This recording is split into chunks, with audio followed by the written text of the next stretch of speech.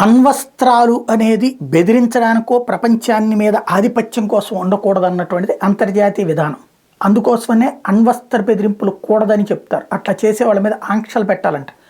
ఇప్పటికే అనేక ఆంక్షలు ఎదుర్కొంటున్న రష్యా వాటినేం పట్టించుకోవట్లేదు. తాజాగా ఒక అణు బెదిరింపుకి పాల్పడింది. The Vladimir Putin government has issued an ultimatum to NATO member Finland.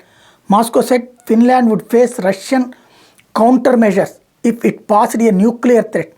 In an open threat, Russia said the Helsinki should be ready for consequences. The threat was in response to statements by Finnish authorities that the country may allow the transit of NATO nuclear weapons. ఇది ఇప్పుడు యుద్ధం ఇక ముదిరి పాకాన పడుతోందనడానికి సాక్ష్యం. America Europe దేశాలకు సంబంధించినటువంటి అణ్వస్త్రాలు, చిన్నపాటి అణ్వస్త్రాలను తీసుకొచ్చి ఇక్కడ నాటో దేశాలు, రష్యా చుట్టూ ఉన్న నాటో దేశాల్లో పెట్టడానికి రెడీ అవుతున్నారు.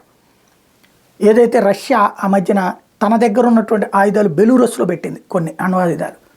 ఒకవేళ రష్యా మీద దాడి జరిగితే అక్కడి నుంచి దెబ్బ కొట్టడానికి అట్లాగా వీళ్ళు ప్లాన్ చేస్తున్నారు. ఎందుకంటే ఉక్రెయిన్ పూర్తిగా స్వాధీనం చేసుకుని మళ్ళీ ఆయా దేశాల మీద పడుతుందేమో రష్యా అని భయపడిపోతున్నటువంటి నేపథ్యంలో అణ్వస్త్రాలు ఇవ్వడానికి రెడీ అవుతున్నారు. అట్లా అణ్వస్త్రాలు తీసుకోవడానికి అంగీకరిస్తూ ఫిన్లాండ్ ఒక చట్టం చేసింది వాళ్ళ పార్లమెంట్.